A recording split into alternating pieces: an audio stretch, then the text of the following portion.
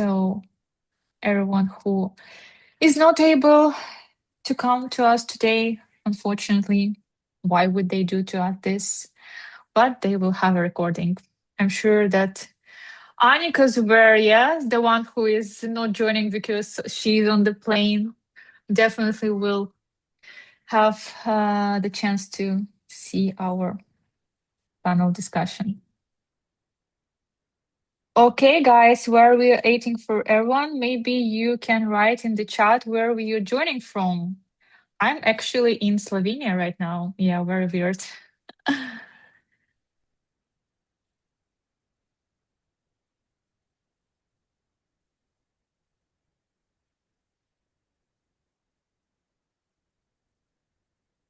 Chicago, okay, amazing. Atlanta, Manhattan, Kristi. It's I think it's in New York. It's on you. Santa Clara, amazing. So people from US, where is Europe? Europe is not interested in customer success and who is reporting. Yeah, I mean, we're Amsterdam is in there, so that's yes. Yes, we're both in Europe, but I mean, I would like to see more people and more from Europe. It's 1st of July, so Europe is obviously already has siesta and vacation. So, of course. I love the background there. I see from Dan. Really cool. Okay.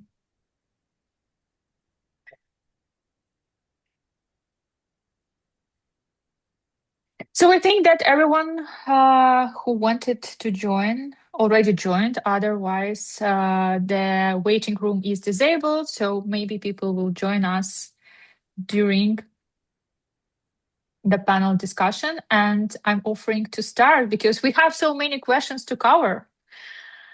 So, hi guys. I'm so excited to host this panel. My name is Alexandra. I'm a former Chief Customer Officer and I'm the founder of AICS Hub. And the theme of our panel discussion today is whom should CS report to in 2026, CCO or CRO? That's what we're here to talk about, and it matters more than it used to. So I've actually checked report from 2024 by Churn Zero, and the customer success team that have started to report to CRO went up from 24 to 33%, which is kind of crazy. And I'm sure this year it probably jumped even more. So I brought together 3 people who actually run the structures to talk through what works, what breaks, and how to know which of the org structure will fit your company. Today, I'm your moderator, and please, let's welcome our amazing panelists. Let's start with Morika Georgieva, who is leading enterprise customer success at Workiva, where she builds the region's first enterprise customer success function and paid CS offering that turns customer outcomes into the revenue. A decade across customer success, account management, and technical services from Series A to billion-dollar public companies. Morika, welcome. I'm so excited to have you on our panel discussion. Thanks, Alexandra. Great to be here. Thank you. And the next, I would say the woman, the legend, Kristi Faltorusso, who is a former Chief Customer Officer at Client Success. Now she's running her own consulting practice with 14 years building and fixing customer success at B2B SaaS companies. She's seen what works, what doesn't, and what companies get battling wrong. Host of 2 podcasts, and a newsletter, The Journey. Kristi, welcome. I'm so excited to have you. I'm so thrilled to be here. This is an exciting conversation. I think probably one that's not discussed enough. Yes, agree.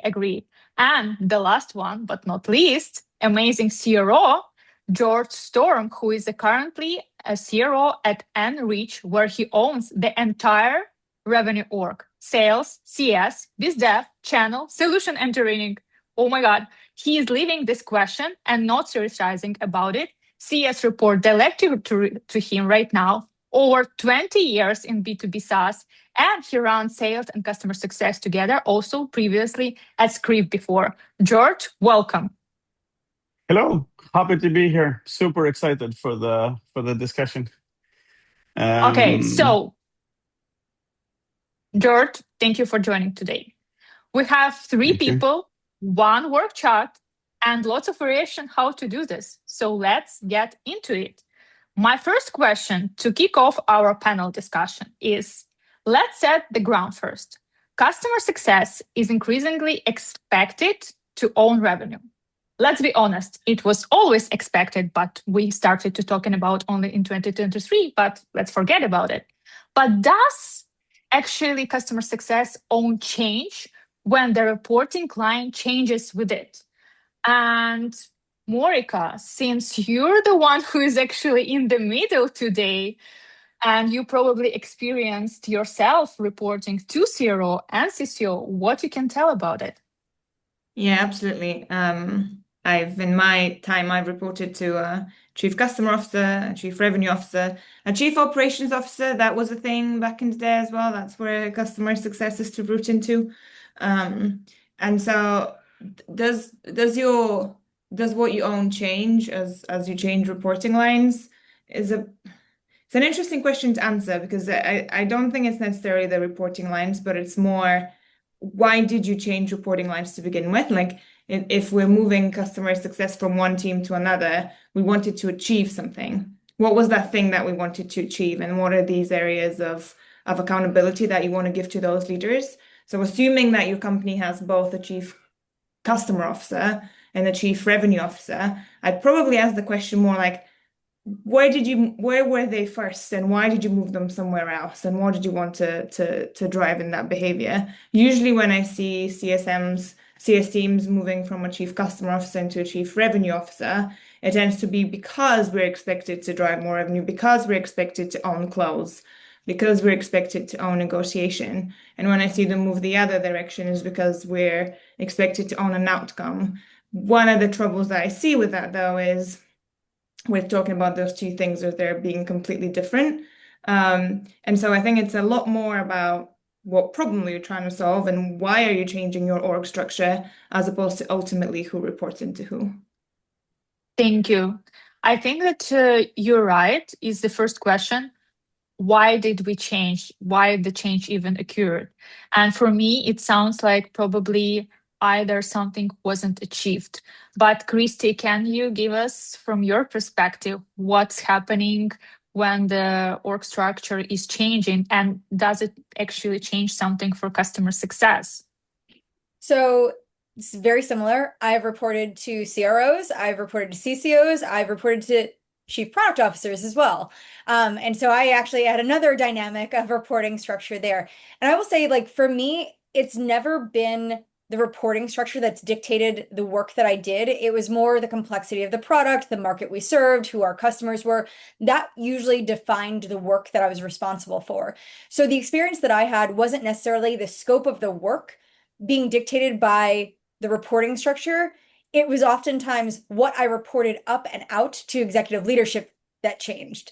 So the scope of my work may have remained relatively similar, right? If I was focused on the outcomes, maybe there was a different scope of certain things being more dialed in. But what I found is that the reporting structure dictated how and what I reported out.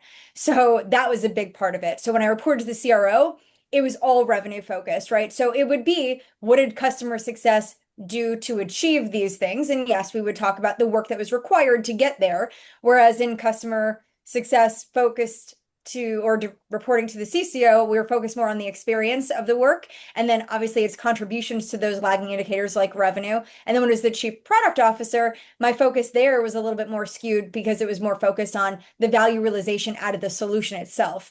So I think it was less the scope of the work evolving or changing significantly, and more how we talked about the work that we did and its contributions to the business. It's so interesting with Morika and your case that it's so many variations of CCO reporting to whom. With Morika, it's also to CEO. With your, it's chief product officer. I think that's actually is opening my eyes on how customer success can be different under each C executive level.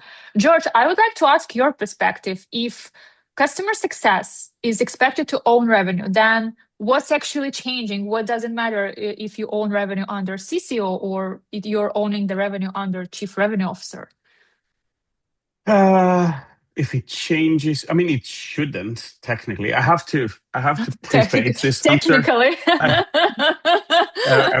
Everything is theoretical, right? Because then you go to execution. Yes. All bets are off. But I have to preface the answer with saying one thing. When you reached out with this sort of question and the invitation for this panel, I remember the instinctive answer is like, okay, so how is this a question? It's quite obviously the CRO owns total growth number. Whoever owns total growth number owns NRR.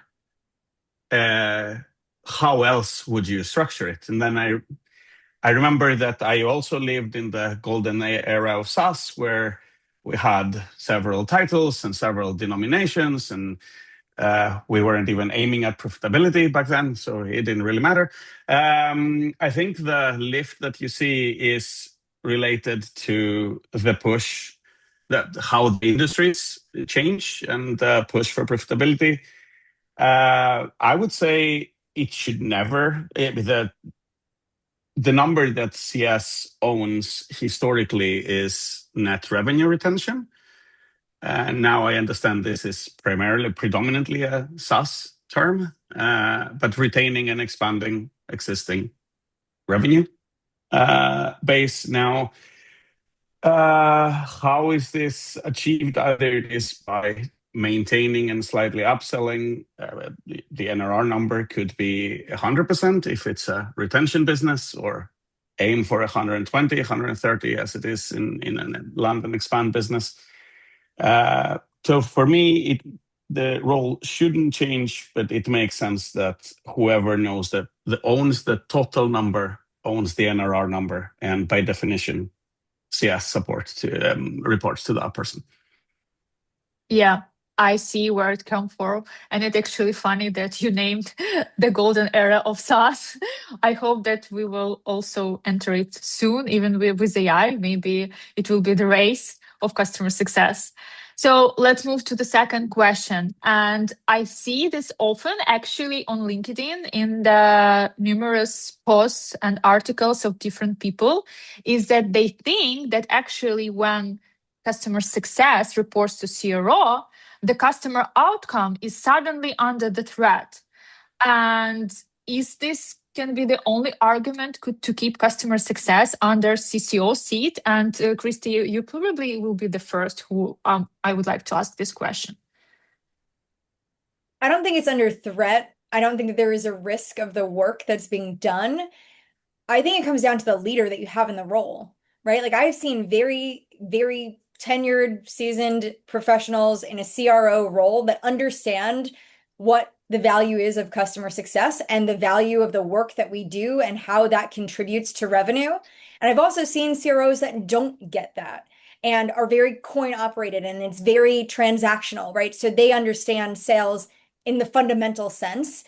So I don't necessarily think that it's the reporting structure as much as it is the person in the role. I've worked for CROs that really understand customer success and allow me to lead the function and understand that our ability to drive value contributes to our ability to drive revenue.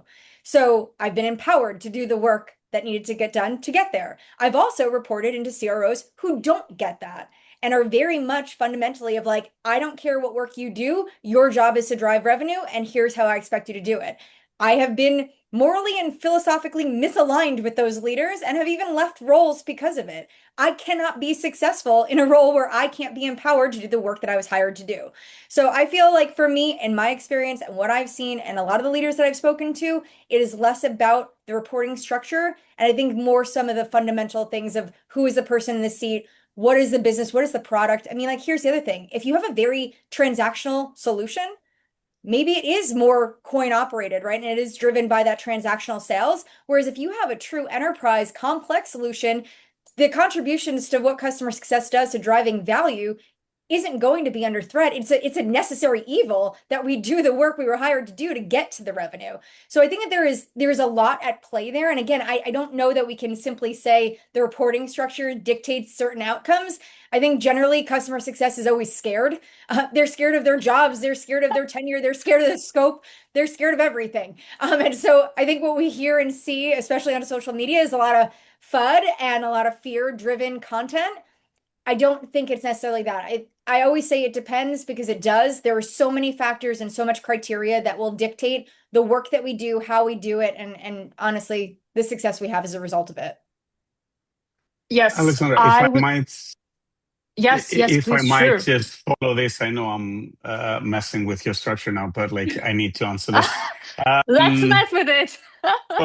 So I have to say to my peers, when it comes to the experience that you, first of all, apologies on behalf of the role, Kristi, but it's I would say that then if that's the experience that the CS leader has, they're not reporting to a CRO.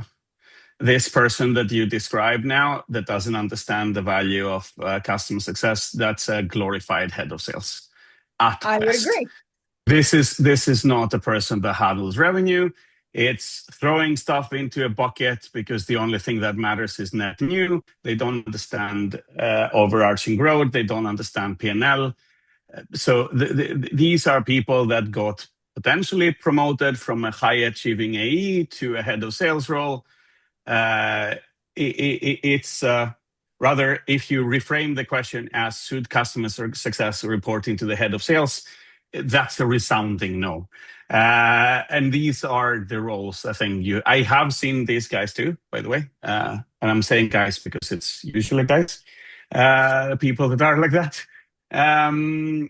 But that structure, of course, will never work. I'm quite biased in that regard. The reason I always, if I entered companies that success did not report into the CRO role, I was the one to pull it because I have a sort of favoritism. It's my favorite function within revenue. I think no company can grow without a proper success function. And in most scenarios, success can double what new logo can bring. A CRO that doesn't understand that the revenue, both the retention and the growth that success can build, are more predictable, it's a lot cheaper, and a company can grow without a solid success function, should not have the role. Yeah, and we're also just very intelligent and nice people altogether, so I'm not surprised that we're your favorites. I think that I really like that what you mentioned in terms of what is the role that we're reporting into and what's a CRO versus a head or a VP of sales. I think that there's something to be told. You mentioned the golden era of SaaS, and we used to call each other whatever. Yeah, because there was a lot of title inflation. And so is it worth a conversation that does a 500 people scale up need a chief customer officer and a chief revenue officer? And like at what stage do you actually reach a point where you have enough scope for both of these roles? Where I currently work, we do have a chief customer officer and a chief revenue officer, and CS ultimately leads into the CCO. But it makes sense because the organization is so complex. We're talking about customer success and partner success and implementation and how we're going out to market all together. So the first question is, if we're having to ask ourselves the question, do CS need to report here or here? Are we asking ourselves the same question about sales? Are we asking the same question about solutions consulting? And actually, if we're having to ask ourselves this question, do we need both of these titles in the room, or are we actually inflating titles for reasons that are beyond what the business needs to achieve? That's a great point. I think it's also important to think about the product though as well, because not every solution also has an upsell, an expansion, a cross-sell motion. So that's why I say like there's so many nuances about the business. If there is really no expand motion, George, as you even mentioned earlier, right? Like that isn't always part of each product stage, right? No. So if there is really no expand motion and it is really just a retention play, that is very different and might not require being part of the sales org. I've also seen if it's a long deal cycle, maybe that changes things. If it's a multi-year contract, multi-year sales, if you're selling into enterprises, if there is a true land and expand, like all of those factors, I think play a big part in not only where it should roll up, but even the success and its ability to do that effectively. Yeah, completely.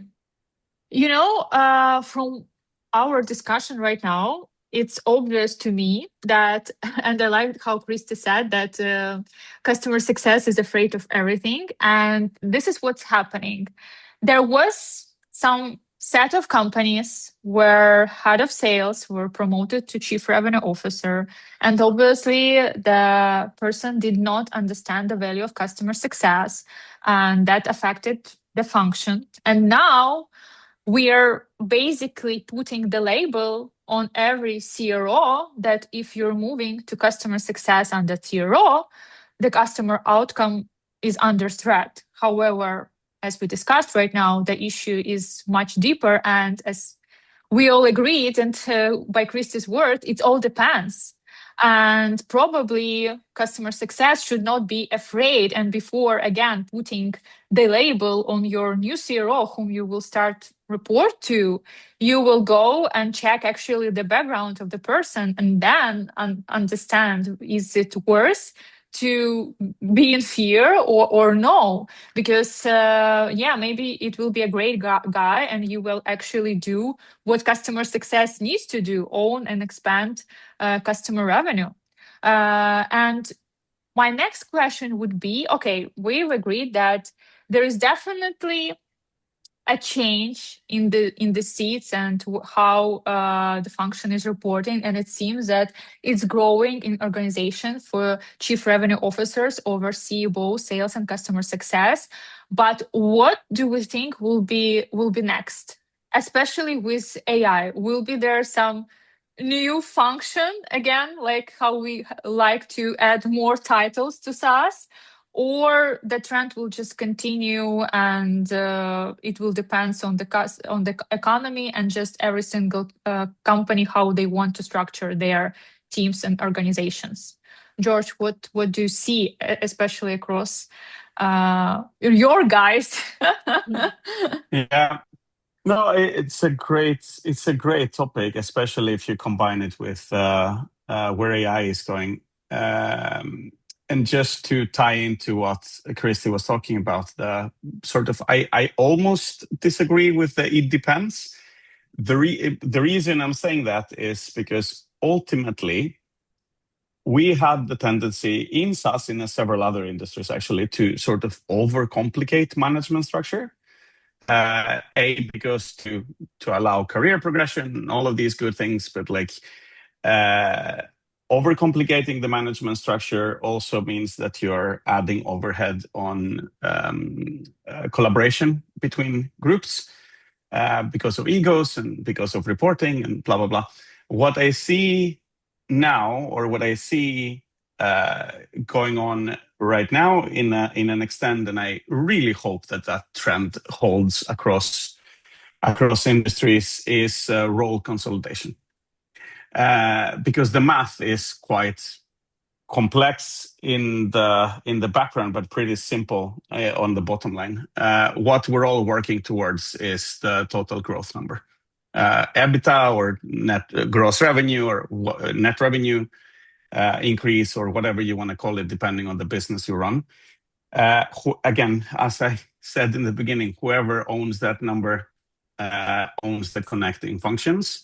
I think we're moving to a place where, with AI taking over reporting and data analytics, performance metrics, performance monitoring, the need for a lot of management layers sort of not disappears completely just yet, but like there is certain pressure to explain why do we need all these roles?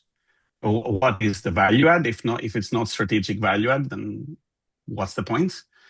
And in my opinion, I think it is about time to stop glorifying management layers and empower individual contributors and team leads to do their work and remove blockers rather than continue adding several reporting layers and C-level executives. I don't know how many C-levels do we really need in each company at this stage.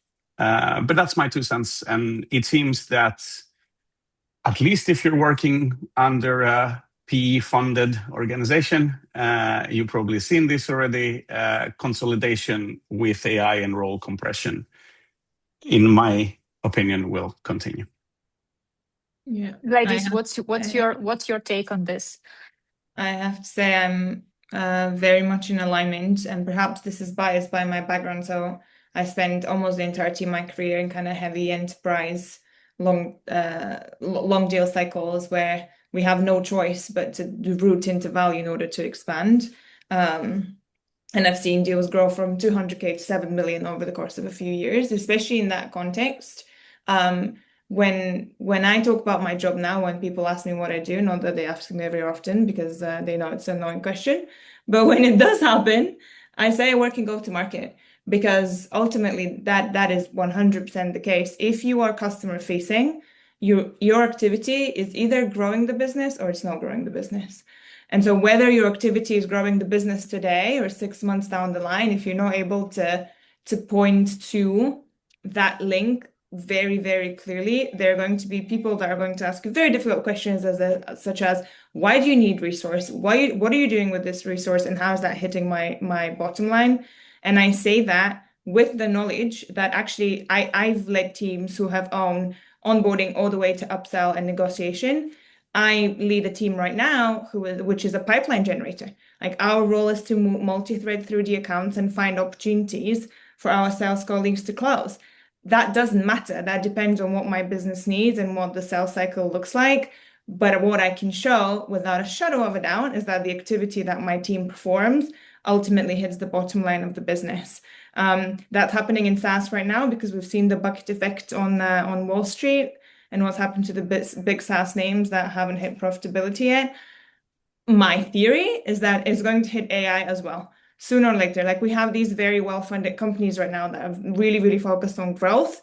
Great, we're going to see them grow for some time. Someone's going to start asking them the same questions as well. Like, that's inevitable. The cycle continues. So role consolidation, absolutely. And yeah, like, AI is just, it's the era of the 10x employee, the 10x report, the 10x customer, the 10x leader, you name it, but we all need to up our game and do much better. Yeah, I love this. It's you.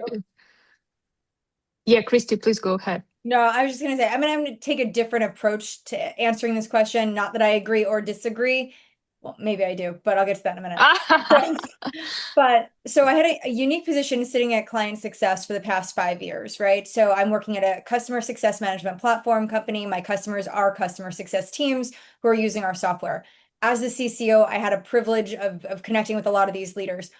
Over the past 2 years, I did see a lot of consolidation of customer success teams.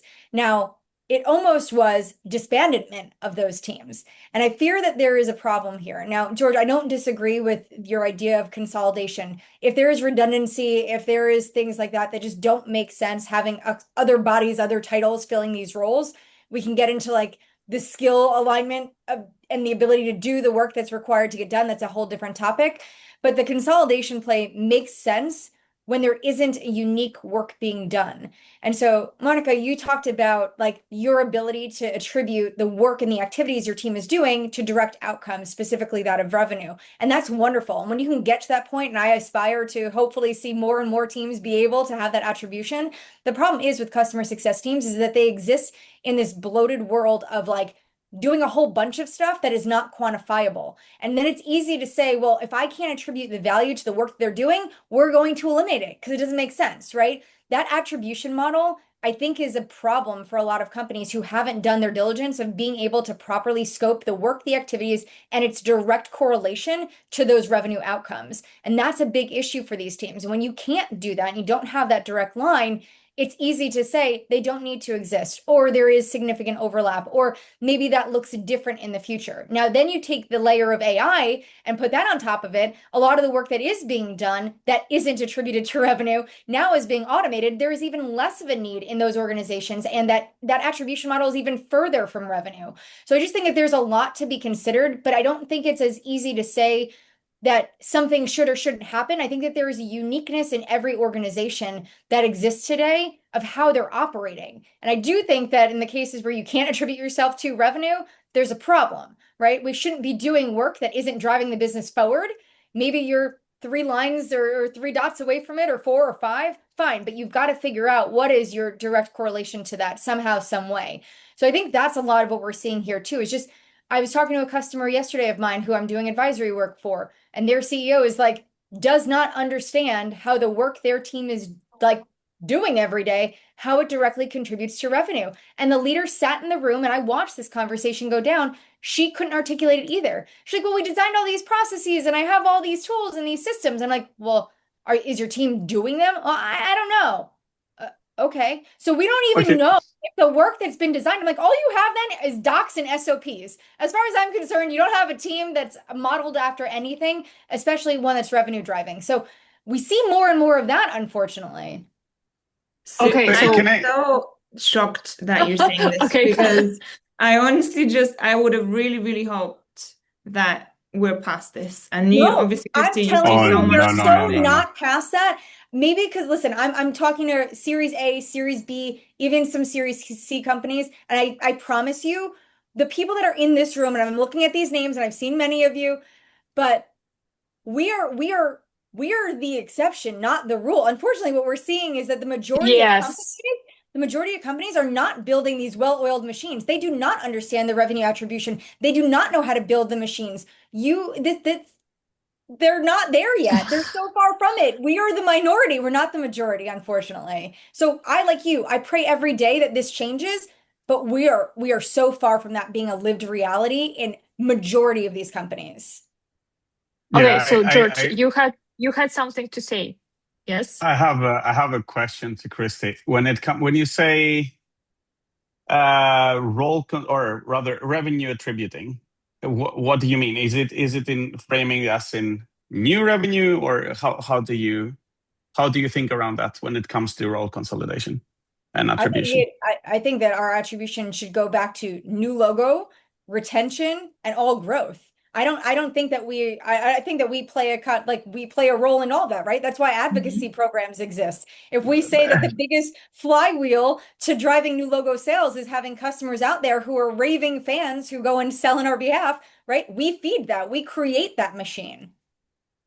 But this is sales ignorance, right? Like it's these narratives, like saying that customer success doesn't contribute is, and I agree with you that there is some questionable leadership out there that is, I mean, having problems to articulate is one thing. If the problems to articulate are stemming from the fact that there is no actual structure behind it, then there is other problems.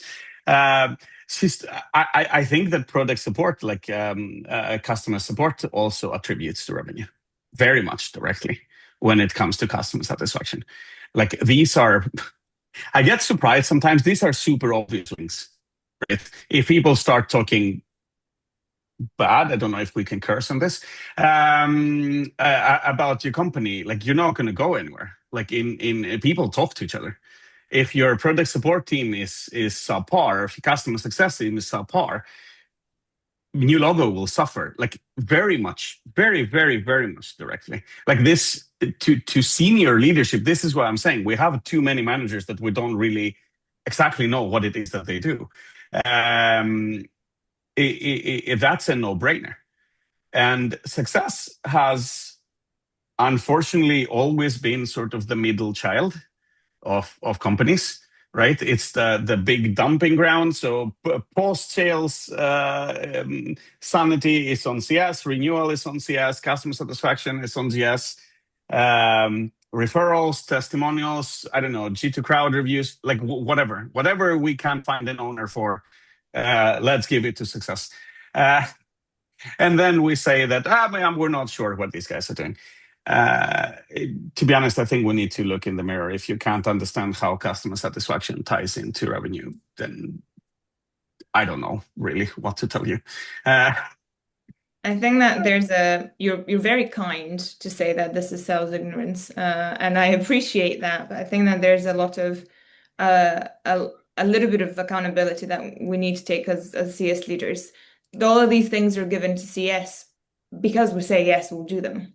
Like, how many times do you ask a sales individual or a sales leader you're going to have to do QBRs right now, or actually we're very much under capacity in support, I need you to help a little bit with support tickets. It's unthinkable. We laugh even imagining this situation, but they come and they say this to customer success, and we're like, oh my God, what? Totally. We're totally going to help whatever is needed to take the customer. And so a leader in an executive room would say, here's my areas of focus. These are the things that I need in order to deliver the metrics that you've given me, which is net and gross retention. We need to have that dynamic, and we need to have leadership that leads with empowerment and leads with dedication, as opposed to leading with fear. And I think until that dynamic gets rebalanced, we're going to continue having this issue of doing everything that people don't want to do in the business. But I agree with you. Just one point there.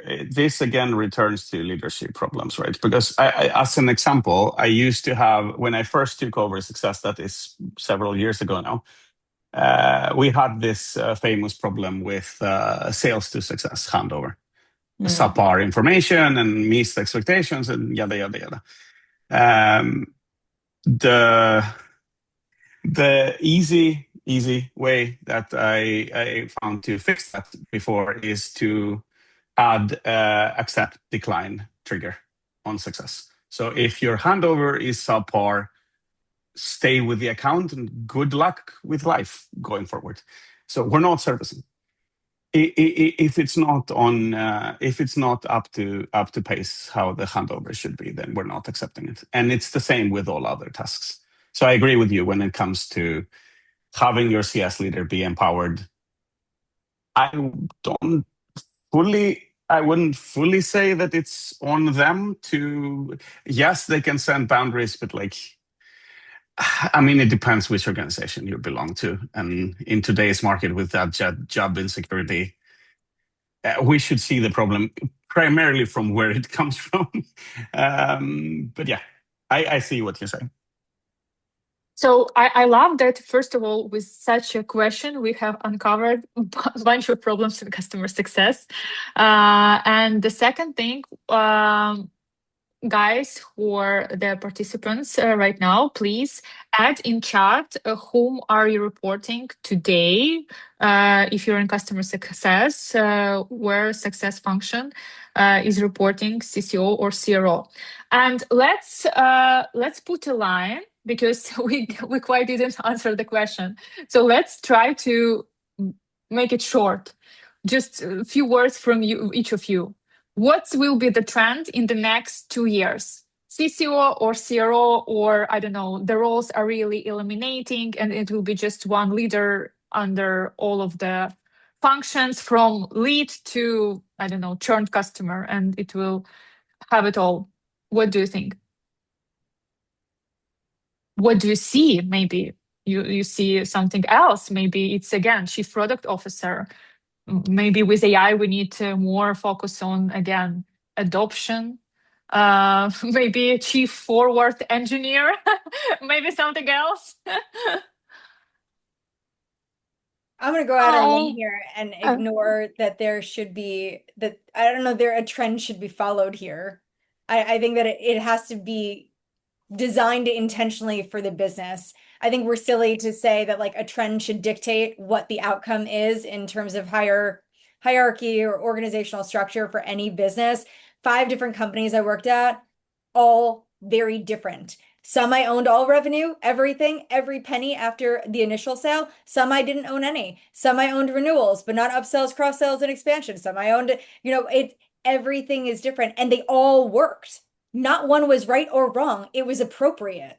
So sure, maybe there is a trend, but I think any trends are dictated based on lack of understanding that it should be designed intentionally. I'm never going to go be part of an organization that's like, oh, well, our VC said that we should have everybody roll up under the CRO. If you don't have leaders in seats that can advocate for what is appropriate in their business, I don't want to work there. So let's not let trends dictate how we run our businesses. Let's be the advocates for what is the appropriate design for the business we're trying to run.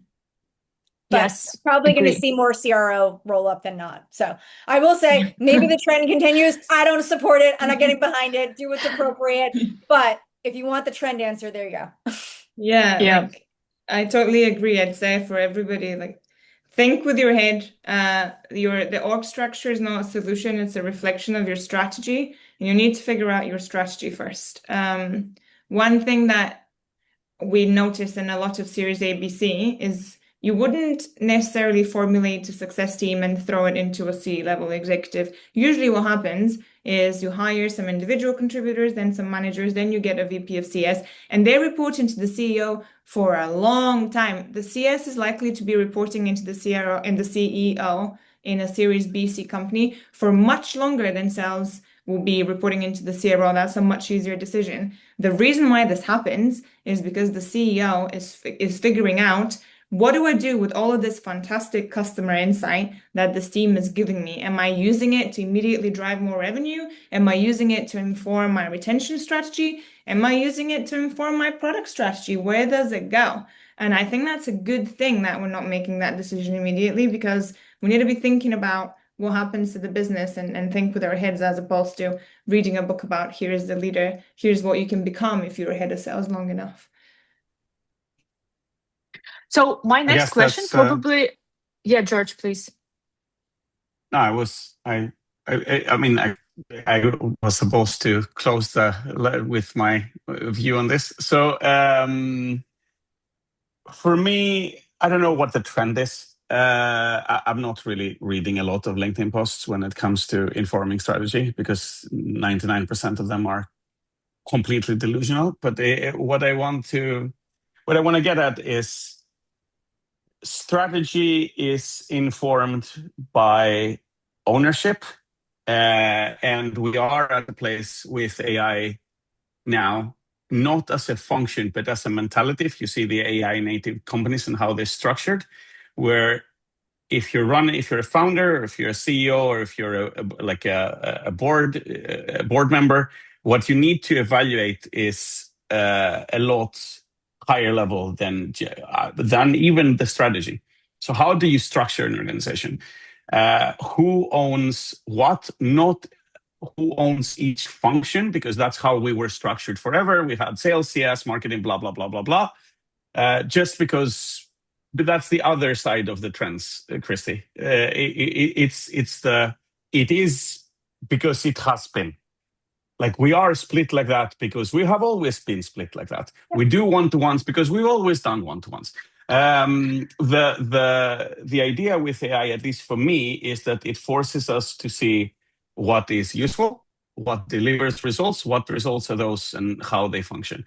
So to answer the trend question, for me, there should be extreme ownership when it comes to outcomes. So for me, CRO, CGO, CCO, whatever you want to call that person that owns the bottom line growth of the company, owns the adjacent functions. This is how my role works. Product support is also under revenue, so is marketing. The reason is not because I want to control the functions, it's because I need to have these inputs in order to report on the final number. Otherwise, in my opinion, it's very, very hard. So that's my 2 cents. It's more of what you want your company to be, rather than who reports to who. Thank you. So, for example, Morika, you said that in your organization is large, so obviously you have CRO and CCO. And I'm thinking, it depends on the stage where the company is. It depends on ARR. It depends on some investment rounds or whatever. Like, should CCO and CRO will be only in the big enterprises companies like HubSpot, which is also have the same org structure, or under when you have some specific ARR number, it should be one executive that held it on. George, what do you think? I have to pose a question instead. It's like when we talk about, and I want to ask Morika, did I pronounce this correctly? Perfect. Perfect, good. What my question is like, why does it really depend on size? Like, what is, I don't know what the size of your organization is. Like, what is it that dictates that we need more managers the more the company grows? Is it overhead? And if you have a lot of overhead, why do you have a lot of overhead? Is it running, again, back to the one-to-one discussion, is it running one-to-one sessions and how many one-to-one sessions you can do per week? And that's the entire middle management job. So what is it that dictates when we need more layers in that regard? I want to be very clear. I certainly don't think that this is dictated by size. Like my organization is hitting $1 billion in revenue this year. But it's not the size. To me, it's complexity. So it's about the level of complexity that we need to execute at every point. Workiva sells a truly enterprise solution.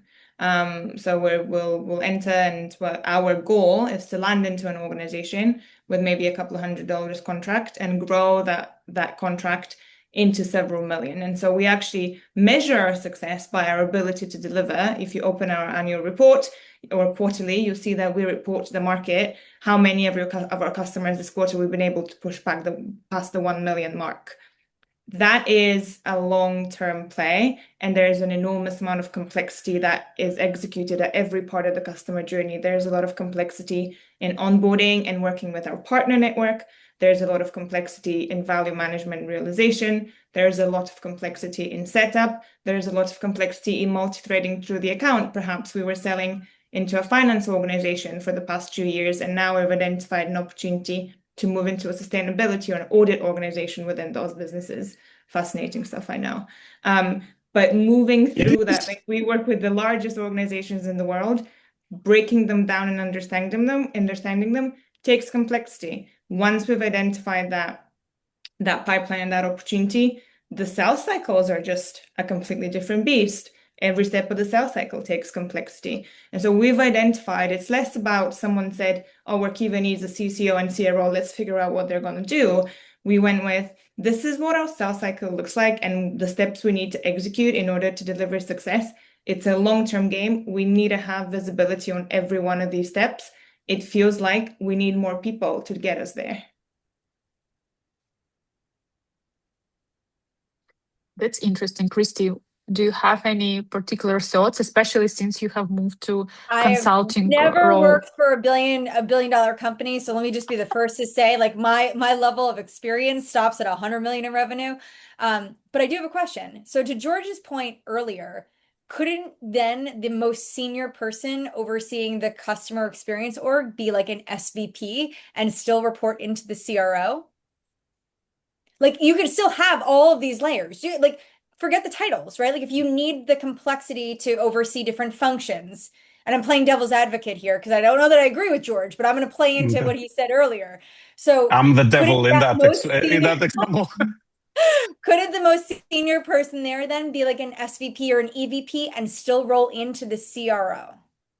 I definitely think it can. And let me tell you, like a lot of these decisions are made by people that are definitely a CN in my career. So if you're asking me generally my opinion, 100% it could. However, one thing that I love about having a CCO is, well, actually a lot of things that I love about a CCO, Penny.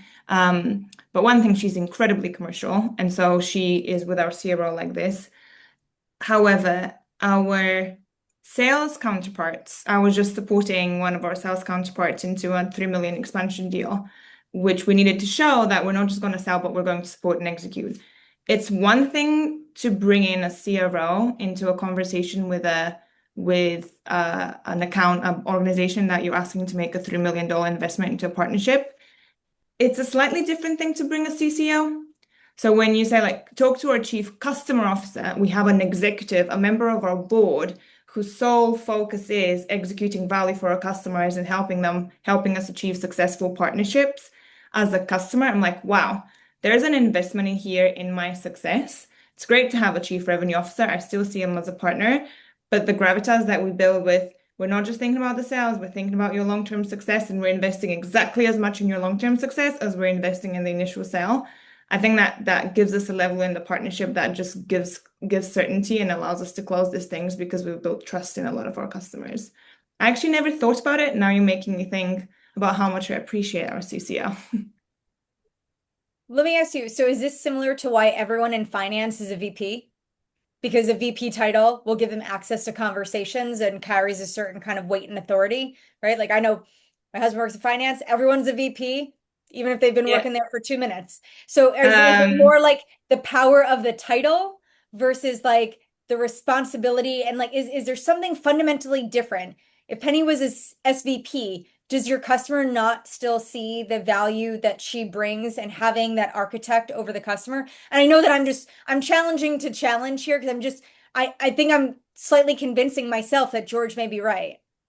It's a good. But the thing is, you can also because we have this idea that it's either or. I mean, you could have an EVP sales and throw them under the CCO. Right. I was the CCO, but we didn't have a CRO. We had a VP of sales, and I was the only CRO executive. Exactly. So I agree that it could work both ways. But I'm just trying to.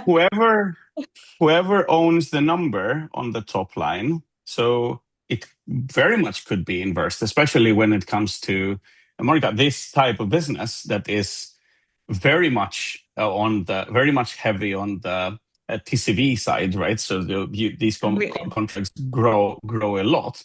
Then it seems that the CCO owns a good chunk of the number. Maybe in your scenario, it would make even more sense to have VPs or SVPs of sales under. I'll tell her this. I think she'll love it.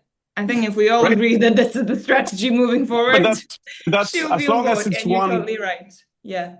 For me, if it's one role, I don't care if it's a traditional sales role or a traditional CS role. Again, we're splitting because we used to split for forever. I don't think there is like the roles. Leaders need to understand that niche expertise won't work for a lot longer. Yeah. Like only knowing new logo won't work for a lot longer.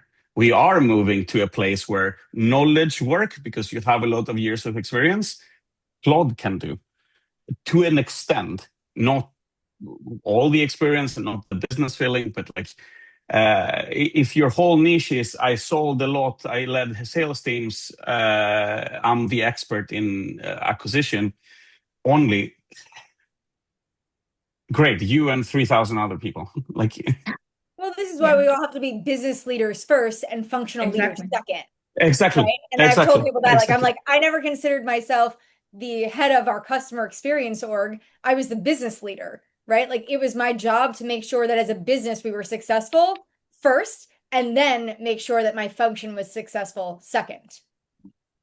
Because the team and this is something that a lot of leaders forget. The team you belong to is the management team. Is not your function. Yep. Completely. You're driving a business together. So these trenches, is it post-sales? Is it pre-sales? Is it top funnel? Is it renewal? It is completely immaterial at the end of the day. I think that I completely agree. Like these lines will continue to blur. This split of do we need more executives? How many more executives do we need? It works really well if all of these people work in partnership and are bringing different. Like you don't just build an executive team because of their experience. You build an executive team that functions together as that team. And so all of these executives, they should be bringing something unique to your CEO and to your board, a perspective. And so it is perhaps the perspective that sometimes dictates the value that these folks bring to the room and their ability to pull different areas of focus at the right time to allow us to have a very balanced conversation. 100%. I mean, to be honest, in my opinion, we could close this discussion on that point, and I would be very happy. I think it's the strategic value add, right? Like this is this is what you add. It's not the trends you're in or how many people you have directly under you. If you have a strategic value add to the company, great. One could argue that you don't need to be a manager for that, but like I'm not going to open this can now. But I agree with you 100%. I still have a question. The last one that I would like to end our discussion is, okay, let's agree that this question should not be even the first one, like whom CS should report, CRO or CO, because as we agreed, don't follow the trends. You have your own organization. It should not follow how other organizations are structuring their teams. But we have three amazing people with different experiences and backgrounds, but what's uniting all of you, you are business leaders. So from the business leader's perspective, what advice would you give to CS managers and CS leaders who are starting reporting to CRO from next quarter?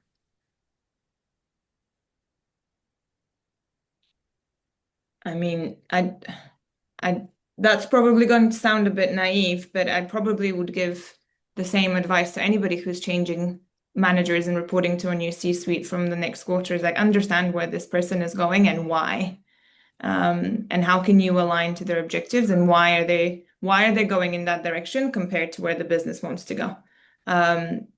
Be curious. I think if we were to go into a conversation and say, these are the things that are going to matter to you, go and execute, we're doing that person a disservice, because be curious, understand where you're going, understand how your actions can align to strategy, and then go and execute.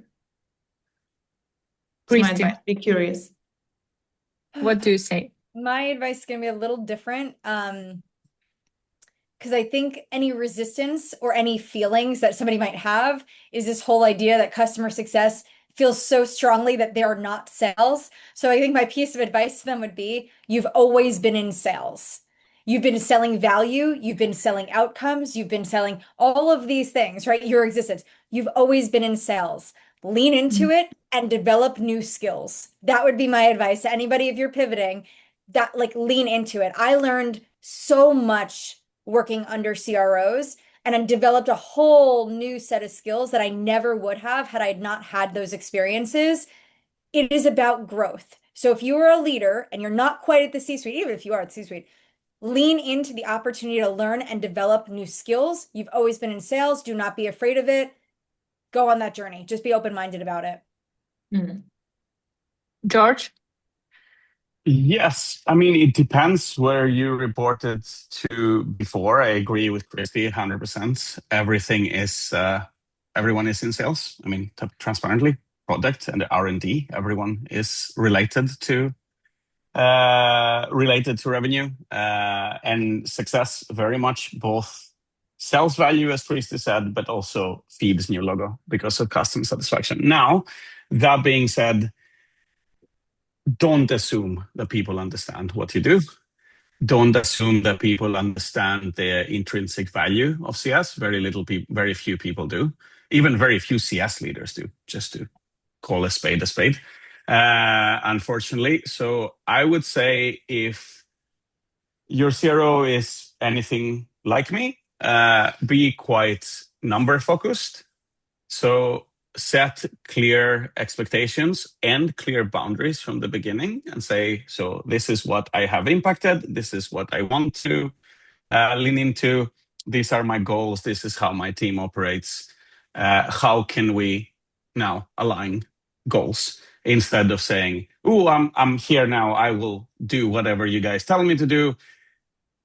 Transparently, if you enter, and that's not only reporting to the CRO, that's entering any professional or personal relationship for that matter. If you go in very compliant or too eager in the beginning, it's rarely fixable after because things move very fast. So if your function becomes just a supporting function from the get-go, it's hard to recover. So clear expectations, numerical KPI focus, and clear boundaries. I love this. And as we are running out of time, I would like to say a huge thank you for Morika, Kristi, and George that you've participated today in this amazing, I would say, discussion. And I hope that people learned so much from this, because I think that we discussed not only just org structure and reporting, but also uncovered a lot of issues that customer success have and how to actually resolve them. And I hope that for those who were listening to us today will take something. And first of all, yes, don't follow trends. And follow our amazing speakers on LinkedIn, because they are the true minority. I agree with Kristi that that's true, that all of us in the room, it doesn't mean that there are leaders who are out there, but I hope that this trend will definitely change, and we will see more customer success leaders who are becoming business leaders and revenue obsessed. Thank you guys for joining us today. Thank you, guys. Thank you, everyone. Thanks, everybody. Thank you. Thank you, Pleasure. Customer Success Insider. And you will have the recording in your email. And thank you for joining today for the discussion. And since we didn't take any questions, if anyone wants to ask questions, you can find us on LinkedIn, all of us, so yes. Absolutely. Yep. All right. Bye, guys. Bye. Bye.